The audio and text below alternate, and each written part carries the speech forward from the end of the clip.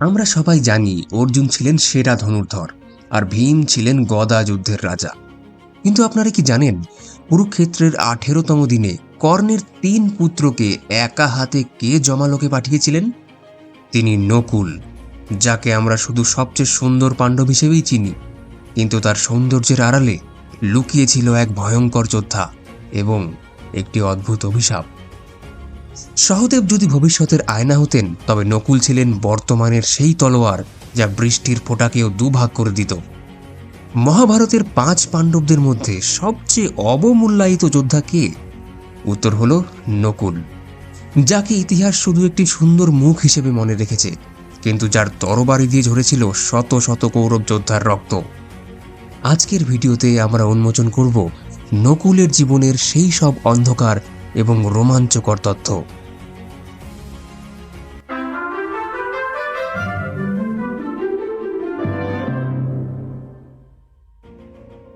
কুন্তির 3 পুত্র হওয়ার পর পাণ্ডু রাজা চিন্তিত হলেন। তিনি চাইতেন আরও পুত্র, যারা বংশকে এগিয়ে নিয়ে যাবে। তখন তার দ্বিতীয় স্ত্রী মাদ্রী অশ্বিনী কুমারদের আহ্বান করলেন।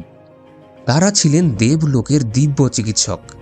তারা ঘোড়ার মাথাওয়ালা দেবতা, যারা সূর্যোদয়ের আগে আকাশের রথে করে ভ্রমণ করেন। এই 2 দেবতার আশীর্বাদেই জন্ম হয় যমজ ভাই নকুল ও সহদেবের। সংস্কৃত ভাষায় নকুল মানে হলো যিনি বংশের মধ্যে সবচেয়ে সুদর্শন। এর আরেকটি অর্থ হলো নেউল।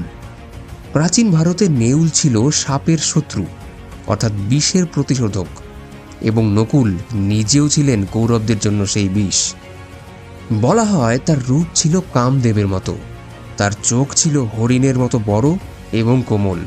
তার চুল ছিল মেঘের মতো ঘন ও কালো। তার হাঁটার ভঙ্গি ছিল সিংহের মতো দৃঢ় অথচ মার্জিত। কিন্তু এই রূপই কি তার জীবনের সবচেয়ে বড় শত্রু ছিল? এই প্রশ্নের উত্তর আমরা পাব ভিডিওর শেষে। তার আগে চলুন এই সুদর্শন রাজপুত্র যুদ্ধে কতটা ভয়াবহ ছিলেন সেটা জানা যাক। দ্রোণাচার্যের আশ্রমে যখন 5 পাণ্ডব অস্ত্র শিক্ষা নিচ্ছিলেন, তখন সবার চোখ থাকত অর্জুনের দিকে। কিন্তু গুরু দ্রোণ লক্ষ্য করেছিলেন একটা বিশেষ বিষয়। প্রতিদিন ভোরে যখন অন্যরা ঘুমিয়ে থাকত, নকুল একা একা তরবারি অনুশীলন করতেন। তার হাতে তরবারি ছিল যেন এক নর্তকীর হাতে ঘুঙুর। প্রতিটি চলন ছিল সুন্দর অথচ মারাত্মক। দ্রোণাচার্য একবার বলেছিলেন, অর্জুন হলো আমার সেরা তীরন্দাজ, কিন্তু তরবারি যুদ্ধে নকুলের সমকক্ষ কেউ নেই। এছাড়াও নকুল ছিলেন অশ্বযুদ্ধে পারদর্শী, অর্থাৎ ঘোড়ার পিঠে বসে যুদ্ধ করার বিশেষজ্ঞ। তার মামা শল্য বলতেন, নকুলের মতো অশ্বারোহী আমি আর দেখিনি। অজ্ঞাতবাসের সময় নকুল নিজের পরিচয় লুকিয়ে গ্রন্থিক নামে বিরাট রাজার রাজে ঘোড়াশালের দায়িত্ব নেন। কিন্তু তিনি শুধু ঘোড়ার দেখাশোনা করতেন না, তিনি ছিলেন একজন দক্ষ পশু চিকিৎসক এবং রোগ নিরাময়কারী। অশ্বিনী কুমারদের পুত্র হওয়ার জন্য তার রক্তে ছিল আয়ুর্বেদ আর পশু চিকিৎসার জ্ঞান। তিনি জানতেন কোন ঘোড়ার জন্য কোন খাবার ভালো, কোন রোগে কোন ঔষধি প্রয়োগ করতে হয়। বিরাট রাজার এক প্রিয় ঘোড়া ছিল, যার নাম ছিল সুগ্রীব। সেই ঘোড়া একবার মারাত্মক অসুস্থ হয়ে পড়ে। রাজ্যের সব পশু চিকিৎসক যখন হাল ছেড়ে দিয়েছিলেন, তখন নকুল একটি বিশেষ ঔষধি তৈরি করেন। মাত্র 7 দিনে সুগ্রীব সম্পূর্ণ সুস্থ হয়ে ওঠে। বিরাট রাজা তখন এতটাই খুশি হয়েছিলেন যে তিনি নকুলকে প্রধান অশ্বপালক বানিয়ে দেন। তিনি ছিলেন সেই যুগের সেরা অশ্বভাষী বা ঘোড়ার সাথে কথা বলার ক্ষমতা সম্পন্ন ব্যক্তি। ঘোড়ারা যেন তার কথা বুঝত। তিনি ঘোড়াদের শুধু চিকিৎসা করতেন না, তাদের প্রশিক্ষণও দিতেন। বলা হয় নকুল যে আস্তাবল দেখাশোনা করতেন, সেখানকার ঘোড়ারা বাকি সব ঘোড়ার চেয়ে বেশি শক্তিশালী এবং চটপটে হয়ে উঠত। এবার আসি কুরুক্ষেত্রের মূল কাহিনীতে। 18 দিনের যুদ্ধে নকুলের অবদান ছিল অভাবনীয়। যুদ্ধের প্রথম দিনই তিনি দুঃশাসনকে এক ভয়ঙ্কর যুদ্ধে পরাজিত করেন। দুঃশাসনের তরবারি নকুলের তরবারির সামনে টিকতে পারল না। নকুল যখন দুঃশাসনের বুকে তরবারি ঠেকিয়েছিলেন, তখন দুঃশাসন প্রাণ ভিক্ষা চাইলেন। কিন্তু নকুল বললেন, তোমাকে আজকে প্রাণ ভিক্ষা দিলাম, কিন্তু তুমি আমার ভাই ভীমের হাতে মরবে। সেই মৃত্যু হবে আরও যন্ত্রণাদায়ক। ভীমের প্রতিজ্ঞার কথা ভেবে আজ তোমায় ছেড়ে দিচ্ছি।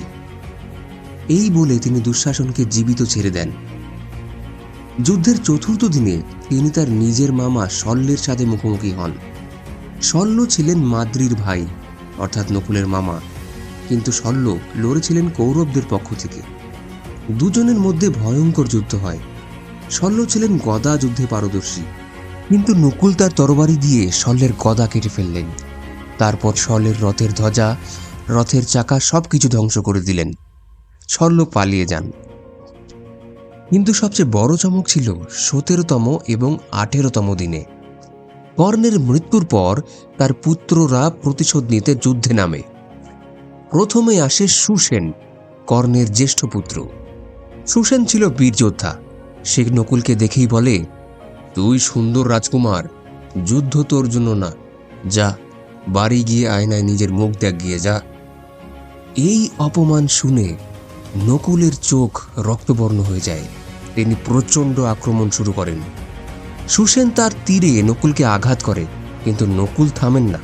তিনি এত দ্রুত এগিয়ে আসেন যে সুসেন তীর ছোড়ার সময়ই পায় না। নকুলের মাত্র এক কোপে সুসেনের মাথা ধর থেকে আলাদা হয়ে যায়। দ্বিতীয় আসে চিত্রসেন। চিত্রসেন ছিল অত্যন্ত দ্রুত গতিসম্পন্ন। সে ঘোড়ার পিঠে বসে চারদিক থেকে নকুলকে আক্রমণ করতে শুরু করলো, কিন্তু নকুলকে সে নিজেই সেরা অশ্বারোহী। তিনি বুঝে যান চিত্রসেনের আক্রমণের ধরন। হঠাৎ নকুল তার ঘোড়া থামিয়ে দেন এবং যখন চিত্রসেন কাছে আসে তখন তিনি একটি বিশেষ কৌশল প্রয়োগ করেন। তিনি প্রথমে চিত্রসেনের ঘোড়ার পা কেটে ফেলেন। ঘোড়াটি মাটিতে পড়ে যায়। চিত্রসেন যখন উঠে দাঁড়ানোর চেষ্টা করছিল তখনই নকুল তার বুক ফুঁড়ে দেন। সব শেষে আসে সত্যসেন, কর্ণের কনিষ্ঠ পুত্র। সত্যসেন ছিল মাত্র 18 বছরের। সে কাঁদতে কাঁদতে এসে বলল, তুমি আমার দুই ভাইকে মেরেছ, এখন আমার বাবাও নেই, কিন্তু আমি তোমাকে মাফ করব না। নকুল এক মুহূর্ত দ্বিধা করেন, এত কম বয়সী ছেলেকে মারা উচিত কিনা, কিন্তু সত্যসেন প্রচণ্ড আক্রমণ শুরু করে দেয়। নকুল শেষে বাধ্য হয়ে সত্যসেনকেও হত্যা করেন, কিন্তু তার চোখে সেদিন জল ছিল। এছাড়া শকুনি পুত্র বৃকাসুরও প্রাণ হারান নকুলের হাতেই। বৃকাসুর ছিল ধূর্ত এবং বিশ্বাসঘাতক, ঠিক তার বাবা শকুনির মতো। সে পেছন থেকে আক্রমণ করার চেষ্টা করে, কিন্তু নকুল ঘুরে দাঁড়িয়ে তাকে এমন কোপ দেন যে তার শরীর দুই ভাগ হয়ে যায়। মহাভারত অনুসারে নকুল মোট একা হাতে 5000-এরও বেশি কৌরব সেনাকে হত্যা করেছিলেন। তিনি 10 জন মহারথীকে পরাজিত করেছিলেন। তিনি কখনো পিছু হটেননি। নকুল প্রমাণ করেছিলেন তিনি কেবল রাজপ্রাসাদের শোভা নন, তিনি ছিলেন রণক্ষেত্রের এক ত্রাস। যুদ্ধ শেষ হওয়ার 36 বছর পর পাণ্ডবরা মহাপ্রস্থানের জন্য হিমালয়ের দিকে রওনা দেন। তাদের সাথে ছিল দ্রৌপদী। একে একে প্রথমে দ্রৌপদী পড়ে যান, তারপর সহদেব এবং তারপর নকুল। যখন নকুল বরফের উপর লুটিয়ে পড়লেন তখন ভীম কাঁদতে কাঁদতে যুধিষ্ঠিরকে এর কারণ জিজ্ঞাসা করেন। ভ্রাতা যুধিষ্ঠির, নকুল এত ভালো মানুষ ছিল, এত বীর ছিল, তবু সে কেন পড়ে গেল? ধর্মরাজ যুধিষ্ঠির উত্তরে বলেছিলেন, নকুলের মনে এক সূক্ষ্ম অহংকার ছিল। তিনি বিশ্বাস করতেন পৃথিবীতে তার মতো সুদর্শন আর কেউ নেই। মহাভারতে বলা আছে, নকুল প্রতিদিন 3 বার আয়নায় নিজের মুখ দেখতেন। তিনি মনে মনে ভাবতেন, আমি সবচেয়ে সুন্দর। এমনকি তিনি কখনো কখনো ভাবতেন যে সৌন্দর্যই তার সবচেয়ে বড় শক্তি। সেই যুগের নীতি অনুযায়ী মনে মনে নিজের প্রশংসা করাও ছিল মহাপাপ। এই আত্মরতি বা রূপের অহংকারই ছিল তার পতনের কারণ। নকুলের শেষ কথা ছিল, হে ভ্রাতা যুধিষ্ঠির, আমার অহংকারই আমার পতন ঘটালো। আমি যদি জানতাম যে সৌন্দর্য নয় চরিত্রই আসল, তবে আমি আজ আপনার সাথে স্বর্গে যেতে পারতাম।